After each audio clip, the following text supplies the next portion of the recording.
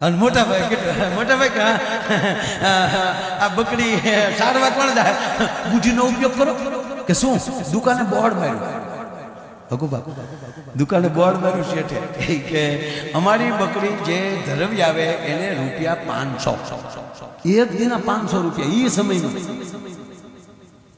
બકરી ધરવાની લાઈન આવ્યો કે આખો દી બકરું સારવાનું તો 500 રૂપિયા મળતા એટલે કે લાવો શેઠ તમારી બકરી બોલી જાય શેઠ હું કે લઈ જાવ એનો વાંધો નહીં પણ પાછા હાજર લાવી છે ને તો બકરીને ખવડાવ્યો ખાય તો ભૂખી તો રૂપિયા નહીં મળે ન ખાય તો ઢળે ગયો તો 500 રોકડા આપી દે રોજ એક જણો બકરી લઈ જાય હાજે બકરીને ધરવી લાવે અને શેઠ હોશિયાર આવી ગયા બાપા જોઈ લો શેઠ રજકો કાઢે ગદબ બકરીને કે ગીધી ગીધી ગીધી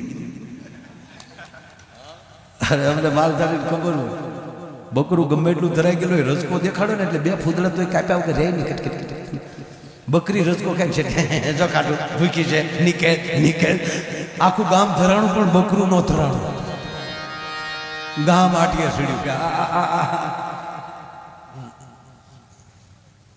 ગામ ભેગું થયું કા બકરી નહીં કા ગામ નહીં કરું આખું ગામ કોઈને એક રૂપિયો શેઠે આપ્યો નહીં મગનું ગામ ભેગું છે ને તાજા સરપંચ થયેલા બાપુ જતા દરબાર સાહેબ નીકળ્યા કે લે હું ભેગા છે બધા કા વિશ્વાસની દરખાસ્ત બરખાસ્ત નથી મૂકવાના ને અરે કે ના ના બાપુ અમે તો અમારું દુઃખે ભેગા છે અરે તમારું દુઃખ મારું દુઃખ ગામનો સરપંચ શું દુઃખ છે એ કે આપણા કપૂરસન શેઠ છે કે નહીં હા એને ઓળખું ને એને શું છું એને કાંઈ નથી ગામને જોવા છે બકરું લાવ્યા તેમાં શું વાંધો નહીં દુકાને બોર્ડ માર્યું જે ધરવી આવે જે બકરી ધરવી દે એને 500 રૂપિયા આપે કેટલાને મળ્યા કોઈને નહીં કે કેમ શેઠે શરત કરી કે આવીને એને ખવડાવવાનું ખાય તો ભૂખી તો મળે નહીં અને આવીને શેઠ સીધો ગડબ રચકો ખવડાવે બકરી બે ફૂદલા તોડે અને ઓલાનું આખું દી ફેલ જાય અરે ગાંડા આવું ન કહેવાય અમને ન કહેવાય અમે સર્વિસ કરી છે ગાંડા હવારમાં સરપંચ ગયા શેઠ એમાં સરપંચ કાકા આવો આવો બકરી ક્યાં બકરી તમને મોટા માણસ થોડી દેવાય અરે કે 500 ક્યાં નાના છે બાપા અને ક્ષત્રિય આ ભવની ભીડ ભાંગવા ગામની ભીડ ભાંગવા ઉભા થાય અરે કે સરપંચ કાકા તમને અરે નહીં શેઠ એમાં કઈ ચિંતા ન કરો નહીં બાપા આખા ગામનો વારો આવી ગયો તો હું કેમ બાપા બાકી રહું મને એમ થાય ને તમારું બકરું ધરવી દઉં લઈ ગયા બાપુ વાડી રજકો વાટ્યો રજકાની કોળે હાથમાં લીધી હાથમાં નાની પરોણી લીધી બકરીને કીધું કીધી બકરી જ્યાં રજકો ખાવા મોઢા ઉપર ફડાક દઈને એક મારી તો બકરી હાથી મારી ગયો પાછું કીધું કીધી પાછી બકરી ઘડી કરી રાખે ખટખટ તાતું બાપુ એક ફડાક માર્યો પાછી બકરી હાથી મારી ગયો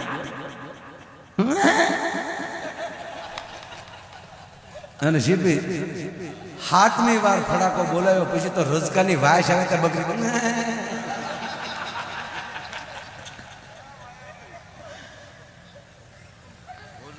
બાપુ 2 કલાકમાં છે ને બકરીનું મોઢું આવું કરીને જાવ કાંડર કરી દીધી બાપુ મીડે હામાં વાળી બકરીને કાંડર કરી દીધી એટલે થોડીક લોહી વાળી થઈ ગઈ પણ લ્યો છે પણ કે બાપુ 2 કલાકમાં અમારા વાર લાગતા છે બકરું ધરવતા અમે તો રાજા મહારાજાના હાથી ધરવેલા છે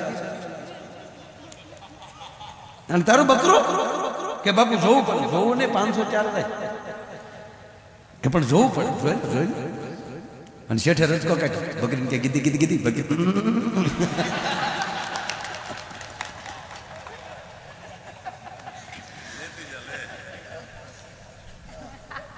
શેઠને જો કે 500 જાય પાછું કીધું ગીધી બકરી મોઢે ઠેઠ અડાડ્યું ને કીર્તિ ભાઈ તો ફ્લુ કરીને ભાગી ગઈ બાકી રજકા હામો ન જોયો રિવેસ નથી અચાનક પછી અડધી રાત પછી જે થેલી નીકળ્યું તમને એમ થાય પેમેન્ટ આવ્યું છે આમાં પણ અહીંયા અમારો તો આજ પ્રેમનો પ્રોગ્રામ છે એટલે આમ થેલી નીકળી જોજો તો આમ એમાં આવો મોટો પ્રોગ્રામ હોય થોડી ઘણી જવાબદારી દીધી એને જે મોજ આવે. અને એમાંય ભાઈ હકુબા આગળ ભાઈએ કીધું ને કે મોદી સાહેબ અરે એક અમિતભાઈ અરે અહીંયા અત્યારે ગુજરાતમાં જો તોય આપણો ભાઈ હર્ષ સંઘવી અને અહીંયા તમારી પાસે બે હશે ક્યાં ગયા ખરેખર વાણિયા અરે રાખવા જ થયો ખરેખર એની જેવી બુદ્ધિ કોઈ પણ નકુસા માંગડે આવે ત્યારે વાણિયા જે પોચું પોચું બોલીને જે એટલે આપણે ગાંધી બાપુ જેમ તેમ લાકડીએ અંગ્રેજોને ભગાડ્યા. આપણો દુહો છે આગળ બુદ્ધિ વાણીઓ પાછળ બુદ્ધિ ભ્રમ. ભ્રમમાં આપણે બધા આવી જાય. બ્રહ્મ વાણીઓને આગળ બુદ્ધિ હોય. કામ કર્યા પેલા વિચાર કરે આમ કરાય આમ ન કરાય, અહીંથી નીકળાય અહીંથી ન નીકળાય, પાછું વળી જવાય. અને આપણે બધું કરી પછી કે આ ન કર્યો તો સારો હતો, આ ન કર્યો. એક ગામમાં સરપંચ અને ગામમાં એક વાણિયાનું ઘર બેઠા એટલે કહું છો ભાઈ પાછા માઇકમાં પછી હવે પાછું એવું થયું છે અને પાછા એમ કહે કે તમે અમારા સમાજ વિશે બોલ્યા છો, માફી માગો. એડવાન્સમાં માફી માગી લઉં છું. અહીંયા બેઠા છે એટલે સારી જ વાત કરું છું, કોઈ ટુકડો કાઢીને બીજું ન મૂકતા. અને એક તમને સમાજને કહું, અમે અહીંયા બેઠા હોય ને જે બોલતા હોય ને પછી ટુકડા આવે તો તેથી સાંભળવા વાળા ગાંડા હશે તે સાંભળી લીધું છે. એ આડાવાળા ટુકડા કરીને મિક્સિંગ કરીને મૂક્યું હોય એટલે કોઈએ કોઈનું હાસું માનવું નહીં. હા આ તમને પગે લાગે કહું એટલે હું અત્યારે અગાઉ કહી દઉં ક્યાં જાય વાણિયા ક્યાં ગયા એક વાણિયા એક અહીંયા વાણિયા બેઠ મારી પાસે.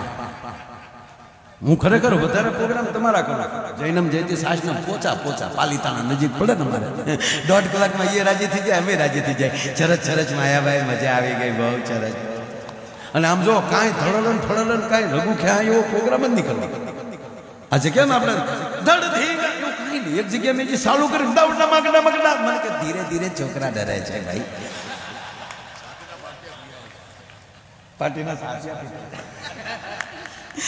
એ જોજો એ કોઈ ભેહે ન રાખે. ભેહ કે કોઈ સાચીના પાટિયા બે વાર લાગે. શેઠ રે કે બકરી એક શેઠે બકરી પાડી. શેઠે બકરી પાડી ને એટલે હવે બકરી તો લઈ આવ્યા. એટલે મોટા ભાઈ નાના ભાઈ કીધું મોટા ભાઈ બકરી લાવી પણ સાડવા પણ જાય રોજ થોડું વેચાતું ઘાટ લાવવાનું સાડવા તો જવું જોઈએ. હું કે બુદ્ધિનો ઉપયોગ કરો. બકરીનું દૂધ મહાન હોય. ગાંધી બાપુ બકરીનું દૂધ ખાતા એટલે દેશને આઝાદી મળી છે. લે ગાંધી બાપુ અરે બકરી હતી પણ એને ખબર છે ગાંધી બાપુની બકરી કઈ બોરડીને પાલો નહોતી ખાતી, કાજુ બદામ ને પીસતા ખાતી. એક મોટી જવાહરભાઈ લાવતા કાજુ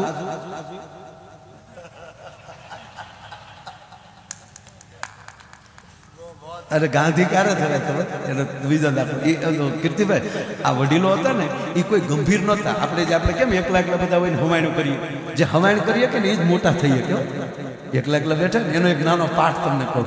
ગાંધી બાપુ, જવાહરલાલભાઈ નહેરુ, ઈવડાઈ 3-4 જણા બેઠા છે. એમાં ગાંધી બાપુને પૂછ્યું, ટીખળ કરે મજાક કરતા, આ સત્ય ઘટના છે પછી લખેલું છે મારું ઘરનું નામ. ગાંધી બાપુને પૂછ્યું કે ગાંધી બાપુ આપણે વિશ્વ સુંદરીનો કોઈને એવોર્ડ આપવો હોય, મિસિસ વર્લ્ડનો, તો કોને અત્યારે વિશ્વ સુંદરી તરીકે તમારા પાસે કોઈ નામ ખરું?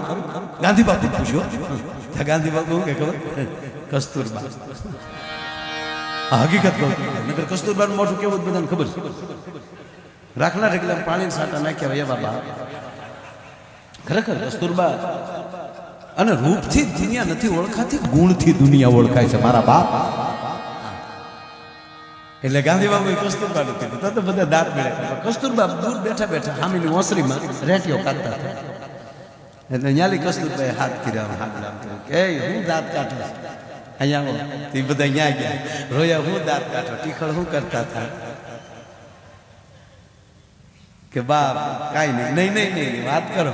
એ કે અમે ગાંધી બાપુ પૂછતા. કસ્તુરબાઈ ગાંધી બાપુ જ કહેતા, બાપુ જ કહેતા. બહુ સારું ભળતું બાપુ બા. હા હકીકત તે ગાંધી બાપુ કે તમે આનંદ કરતા હતા નહીં વાત કરો કે અમે અમારા બાપુને ગાંધી બાપુને પૂછતા હતા કે વિશ્વ સુંદરીનો એવોર્ડ દેવો હોય તો વિશ્વમાં રૂપાળું કોણ? તાર કસ્તુરબા કે હું કીધું બાપુએ બાપુ કોનું નામ દીધું? કે એને તમારું કીધું. બેઠા બેઠા હું કે ગાંધી બાપુ કોઈ દી ખોટું ન બોલે. સાહેબ વિશ્વમાં એની પત્ની કરતા વધારે કોઈ રૂપાળું ન દેખાતું હોય ને ગાંધી બની શકે અને સંપૂર્ણ ધણી ઉપર ભરોસો હોય ઈ કસ્તુરબા બની શકે. અજબ દે ઈ જ બની શકે કે જેને સંપૂર્ણ પ્રતાપ ઉપર ભરોસો.